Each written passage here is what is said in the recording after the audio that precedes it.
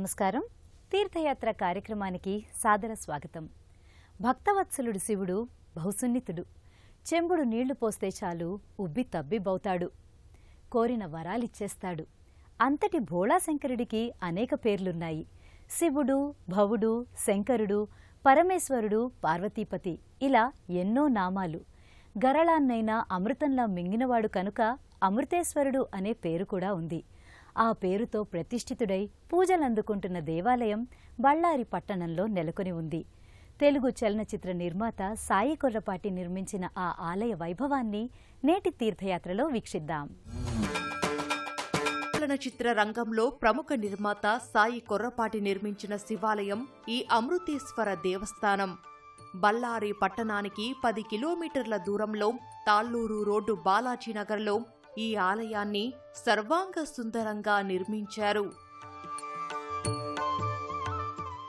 బళ్ళార్లో ఈ దేవస్థానం 2022 April 7th శంకుస్థాపన చేశామండి.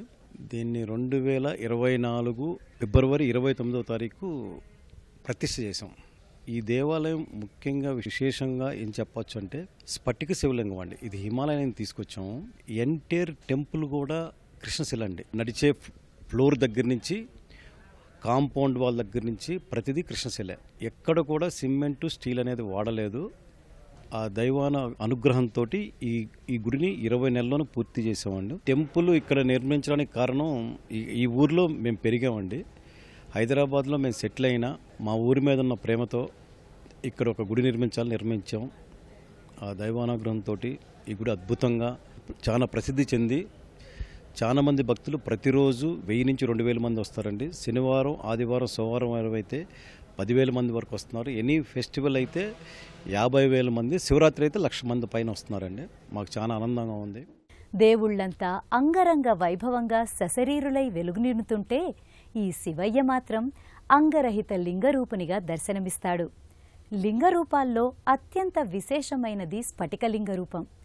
ఆ స్ఫటికలింగేశ్వరునిగా బళ్ళారి అమృతేశ్వరుడు గర్భాలయంలో వెలుగొందుతున్నాడు. బళ్ళారి అమృతేశ్వరుడిగా ఆలయ గర్భాలయంలో నేత్రపర్వంగా కొలువుదీరి ఉంటాడు. ఎత్తైన గుండ్రటి పానవట్టంపై స్ఫటిక లింగాకారంలో శివయ్య నెలకొని ఉన్నాడు. పంచలోహంతో తయారైన మకరధ్వజ తోరణం కింద పంచపడగల నాగేంద్రుడు తన 5 పడగలను గొడుగులా పట్టగా తేనె రంగు పారదర్శకమైన శివలింగంగా అమృతేశ్వరుడు దర్శనమిస్తున్నాడు. అందరి దేవుళ్ల వలె సశరీరంతో కాక లింగరూపంలోనే శివునికి పూజలు జరగటం శైవాగమరీతి. ఆ రీతిని అనుసరించి బళ్ళారి ఆలయంలో ఈ శివలింగానికి పూజలు జరుగుతాయి.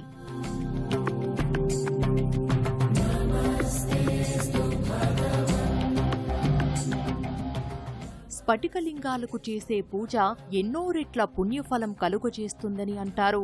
స్ఫటికం అనేది మనిషి చెక్కిన సహజరాయి కాదు, ప్రకృతి ద్వారా తయారవుతుంది. 100 ఏళ్లు ఈ స్ఫటికలింగం తయారవడానికి పడుతుంది. అలా ప్రకృతి సిద్ధంగా ఏర్పడిన స్ఫటికలింగ ఆరాధన సృష్టి ఆరాధనకు సమానమైనది. స్ఫటికలింగం నటరాజస్వామికి ప్రతీక. శివుడు అభిషేక ప్రియుడు కదా. అర్చక స్వాములు ఈ స్ఫటికలింగానికి పాలు, నీరు, పెరుగు, నెయ్యి వంటి పంచామృతాలతో పసుపు, కుంకుమలు కలిపిన హరిద్రోదకం, కుంకుమోదకాలతో అభిషేకాన్ని చేస్తారు. 108 సార్లు శివ పంచాక్షరిని జపిస్తూ అభిషేకం చేస్తే అన్ని శాపాలను, ప్రతికూల కర్మలను తొలగిస్తుందట.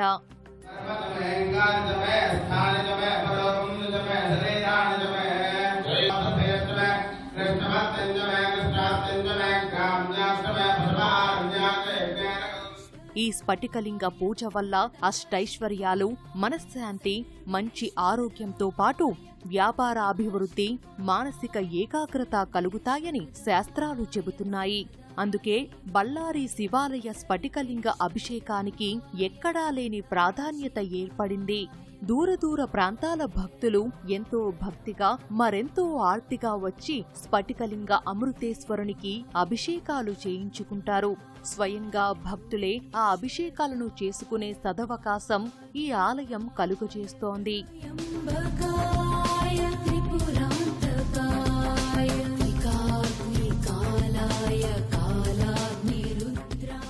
అభిషేకాల అనంతరం రకరకాలైన పుష్పాల హారాలతో అమృతేశ్వరునికి చేసే అలంకారం అపురూపంగా పరమాద్భుతంగా ఉంటుంది. రంగురంగు పూల మధ్య తేనె రంగు స్ఫటిక లింగాకారం వింత వింత సోయగాలను కలిగి భక్తులకు ఎనలేని పారవస్యాన్ని కలుగజేస్తుంది. ఎంతో మంది భక్తులు ఎన్ని నీళ్లు కృమ్మరించినా చాలదేమో ఆ పరమశివునికి పైనుంచి వేలాడే ఆకాశగంగ పాత్ర నుంచి నిరంతరం జలాభిషేకం జరుగుతూనే ఉంటుంది. సర్వాలంకార శోభితుడైన అమృతేశ్వరునికి ఇచ్చే హారతి నీరాజనాన్ని స్వీకరించి తీర్థ ప్రసాదాలను తీసుకుంటారు.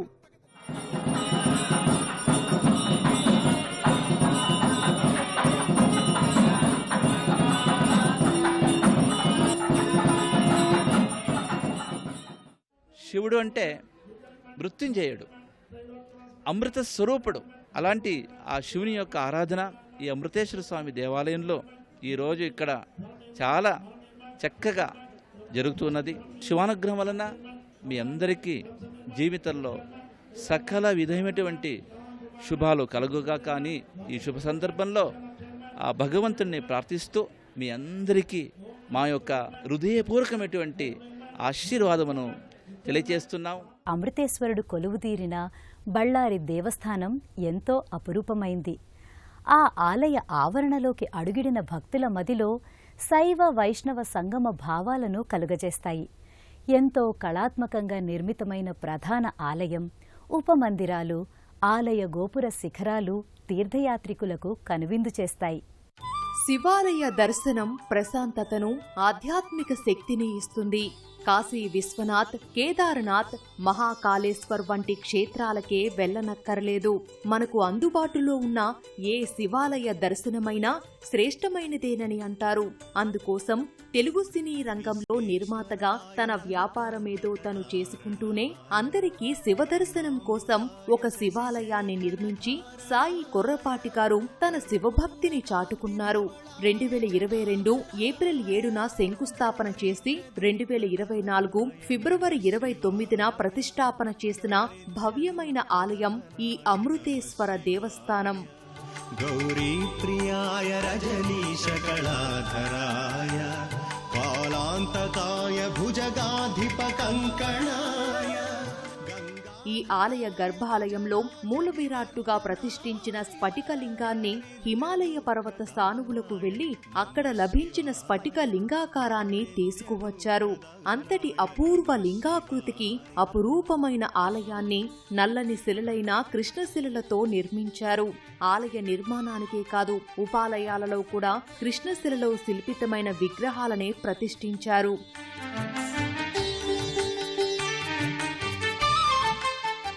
అమృతేశ్వరుని కోవెలలోకి ప్రవేశించే వారికి 5 కలశాల 4 అంతస్తుల రాజగోపురం ఆహ్వానం పలుకుతుంది. ఆ రాజగోపురానికి ముందున్న మంటపంపై సప్తాశ్వరథంపై ఉన్న సూర్య భగవానుని నల్లటి రాతి ప్రతిమ ఉంటుంది. ఆ మంటప మూలల్లో ఏకముఖ జంటనతుల చిరు ప్రతిమలను ఏర్పాటు చేశారు. ఆ మహారాజ గోపురం పక్కనే అంతే ఎత్తుగా ఆంజనేయుని భారీ ప్రతిమ ఉంటుంది. అభయహస్తంతో ఉన్న అభయాంజనేయుడు నిలబడిన 7 పలకల పీఠానికి 7 వైపులా 7 అవతారాల ఆంజనేయుని ప్రతిమలుంటాయి. శ్రీరామ భక్త, భజరంగబలి, శ్రీరామదూత, మహాయోధ, మహావీర, వాయుపుత్ర, అంజనీపుత్ర అనే పేర్లతో ఉన్న 7 అవతారాల ఆంజనేయుడు రుద్రాంశ సంభూతినిగా రుద్రుని ఆలయానికి ప్రవేశంలోనే దర్శనమిస్తున్నాడు. మరో చోట కలియుగ దైవం శ్రీ వెంకటేశ్వరుని నిలువెత్తు విగ్రహం ఉంటుంది. తిరుమల తిరుపతి గర్భాలయ దేవుని వలె ఆ 7 కొండల రాయుడు అగుపించి భక్త జనులను పరవశింపజేస్తుంది. ఆలయ ఆవరణి ఉంటుంది. గర్భాలయానికి ఇరువైపులా ఒక మందిరంలో విఘ్నేశ్వరుడు, మరో పక్క మందిరంలో మాతా అన్నపూర్ణేశ్వరి ఉంటారు. ఈ ఆలయ బయటి ఆవరణ లక్ష్మీ నారసింహ, షణ్ముఖస్వామి, వజ్ర వారాహీదేవి, నవగ్రహాల, నాగదేవతల మంటపాలతో కలకలలాడుతూ ఉంటుంది. ప్రధాన ఆలయ ఆవరణకు పక్కనే మరో ఆవరణలో ఆలయ కోనేరు మధ్యలో ఉన్న మంటపంలో నల్లని శిలామూర్తిగా గోపాలకృష్ణుని ప్రతిమ ఉంటుంది. కోనేరులో ఆలయ బ్రహ్మోత్సవాలలో భాగంగా తెప్పోత్సవం ఎంతో వైభవంగా జరుగుతుంది. ఆ తెప్పపై పార్వతీ పరమేశ్వరులను ఉంచి ఆ పుష్కరిణిలో తెప్పోత్సవం నిర్వహిస్తారు.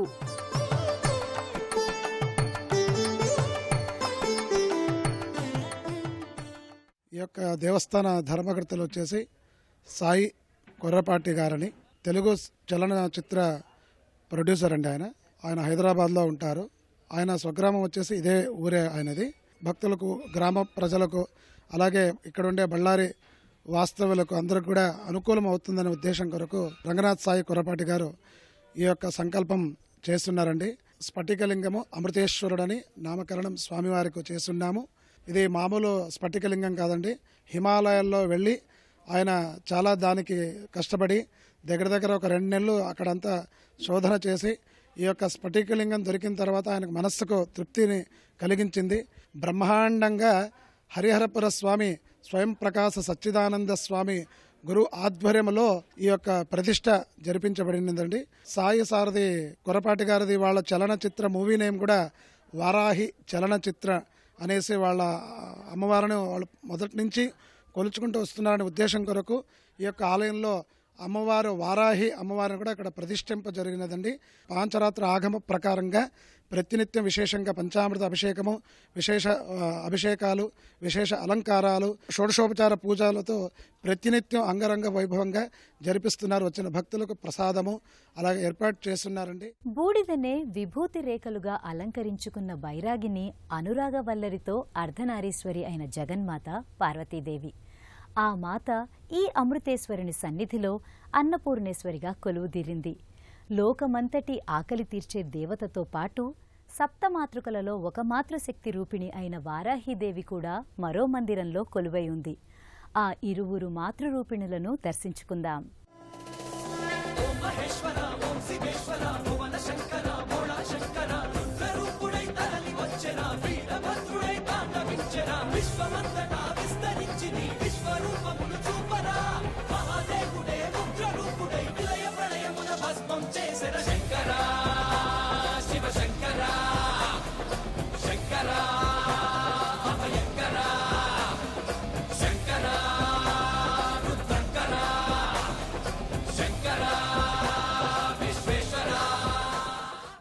అమృతేశ్వరుణ్ణి దర్శించి అర్చించుకున్న భక్తులు గర్భాలయానికి ఒక పక్కనే ఉన్న ఉపాలయానికి వస్తారు. మాతా అన్నపూర్ణేశ్వరి శివుని ఇల్లాలు పార్వతీదేవి అవతారం. ఈమె ఆహారం, పోషణకు దేవతగా భక్తులు భావిస్తారు. ఆ తల్లి అందరికీ ఆహారం ప్రసాదిస్తుంది. కాశీ క్షేత్రంలో మాతా అన్నపూర్ణేశ్వరిగా కొలుపులందుకుంటోంది. భిక్షాందేహి కృపావలంబనకరి మాతా అన్నపూర్ణేశ్వరి అని ఆ దేవిని ప్రార్థించటం వల్ల కరువు, ఆహార కొరత ఉండదని, సుఖ సంతోషాలు వెల్లివిరుస్తాయని భక్తుల విశ్వాసం. ఈశ్వరునికే భిక్ష వేసిన ఆ జగదీశ్వరుని దర్శించుకొని అర్చించుకుంటారు. చూడచక్కని అలంకారంలో మెడలో బంగారు మంగళసూత్రాలతో పెద్ద ముత్తైదువులా మంగళకరమైన దర్శనమిస్తుంది. చేతిలో బంగారు గరిటెతో దర్శనమిస్తున్న ఆ తల్లిని మనసారా కొలుచుకుంటారు. పక్కనే ఉన్న శ్రీచక్ర మహామేరు యంత్రానికి కుంకుమ పూజలు చేయించుకుంటారు.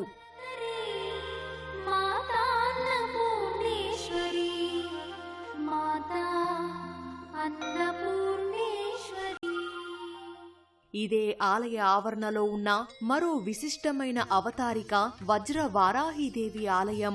విష్ణుమూర్తి వరాహ అవతారానికి శక్తి స్వరూపం ఈ మాతృమూర్తి. వరాహ ముఖం, మానవ శరీరంతో ఉండే ఈమె దుష్టశక్తిని సంహరించే శక్తిగా, భక్తులను రక్షించే ఉగ్రదేవతగా పూజింపబడుతుంది. వారాహీదేవి సప్తమాతృకలలో 5వ దేవత. అందుకే ఈమెను పంచమి, దండిని అని కూడా పిలుస్తారు. ఈమెను ముఖ్యంగా రాత్రి సమయాల్లో పౌర్ణమి నాడు ఆరాధిస్తారు. చండీమాత రక్తబీజుని సంహరించే సమయంలో వారాహి మాతృకను సృష్టించినట్లు దేవీ భాగవతం చెబుతోంది.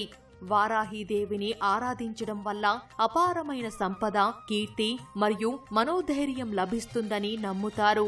ఈ ఉపమందిరంలో సకల ఆభరణాలతో నేత్రపర్వమైన దర్శనాన్ని ఇస్తున్న వజ్ర వారాహి అమ్మవారిని అంకిత భావంతో పూజిస్తారు.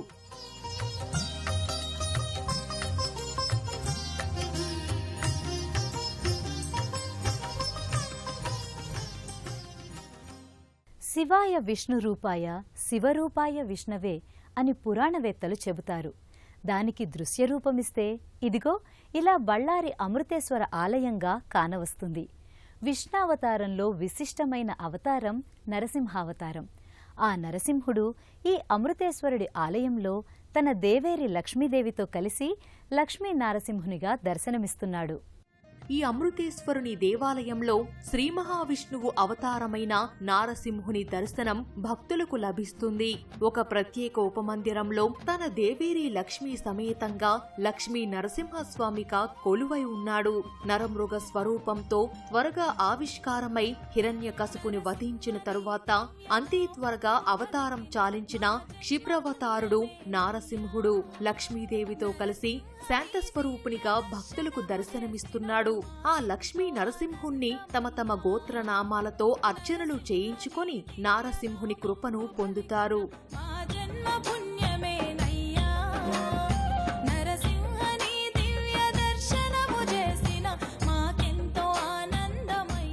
అమృతేశ్వరుడి కోవెల సాక్షాత్తు కైలాసం వలె కళకళలాడుతూ ఉంటుంది.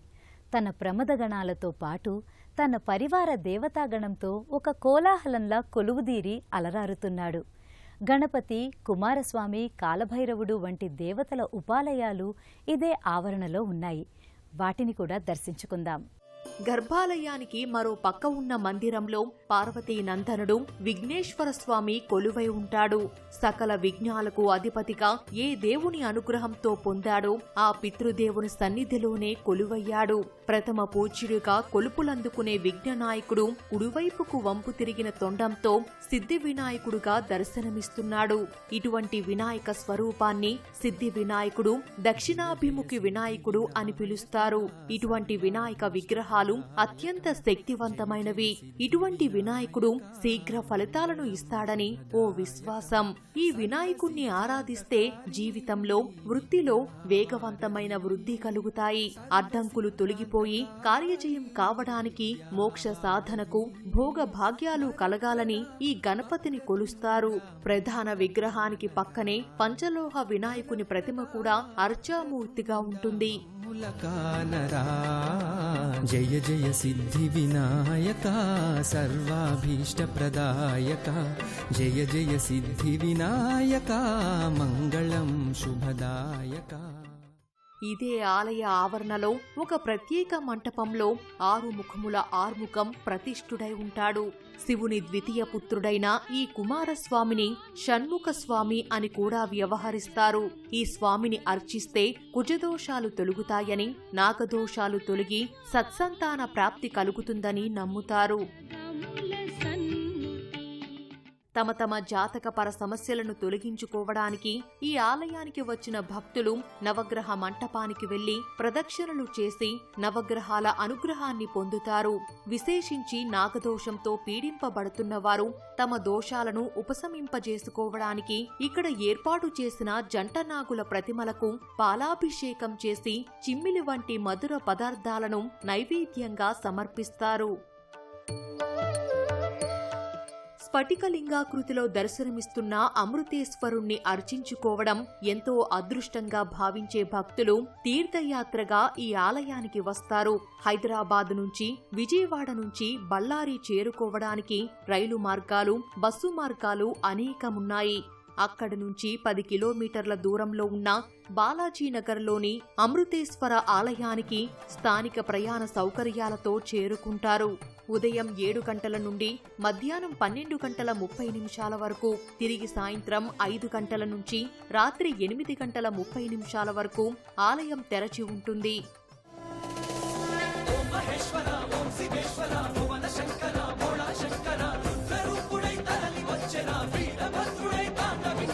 విశ్వమంతటా విస్తరించి నీ విశ్వరూపమును చూపరా మహాదేవుడే రుద్ర